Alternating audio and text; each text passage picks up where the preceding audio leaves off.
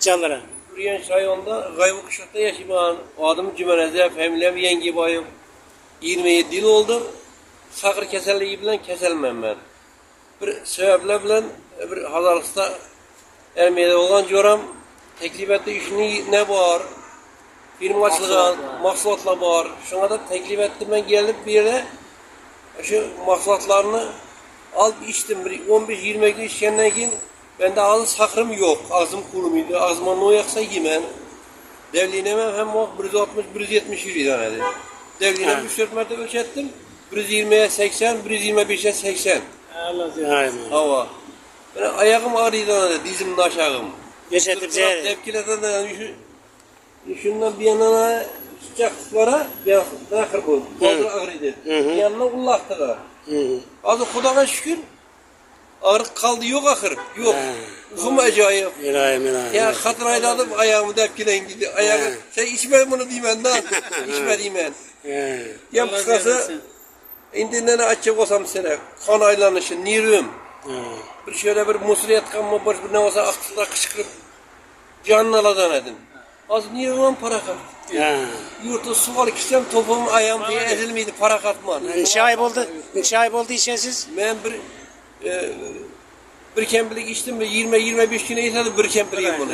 Bir aydan bir ay. Şimdi yine aldım yine gittim katına. Az yine hep gitmeye geldiniz. Yine gitmeye geldim. Şunda kıskası sidik yollarım yaxşı oldu. Köprü danaydı. Kayda verin şunu. Ama iyisi yamanaydı. Hazır siriyim yolduruydu, yaldırama acayip. Ama. Çıkarış yok mu? Çıkartış. Kabziyet. Ya bunu iş sakır bu adam iş katadı. İş katkandayken sakır buladı da o. Ben nemem itarada çıkışmam yaxşılaştı. Şimdi doğaş ol kalsa o sakırın kıyın çıkışından faradı. Bu adam etebeğin buzladı. Devlerin çıkardı yüreğin ağrıydı. Ben de yine Kudağa şükür hazır taradı çıkışım. Yaxşıman. Şuna oşanan bir yaxşı neleri köp bilgileri. Prostata, dilde ağrık, ayak ağrıkla. İyi ağrıklarım var, lakin buna azgına vakit gerek de vakit. O adam zaten kan aylansa içerli. Kan aylansa ağrıklardan halas bola öğretir. Kan aylansa. Kudağa şükür bende yaxşı okum yaxşı, damağım yaxşı.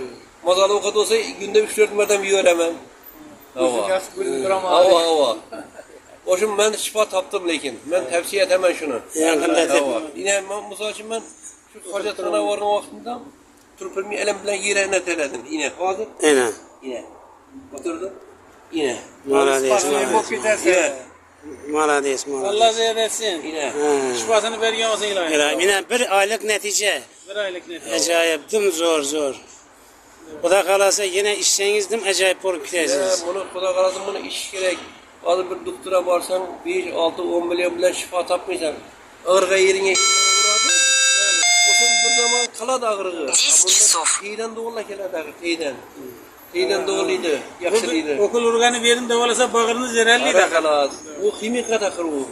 Adamlara tavsiyenizi mi aytıp verin? Ben adamlara tavsiyem şunatan iş gerek. Faydası var, hiç zarar etmişler lakin.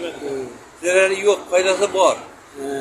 Rahmet, sağ olun. Şifa olsanız şifa.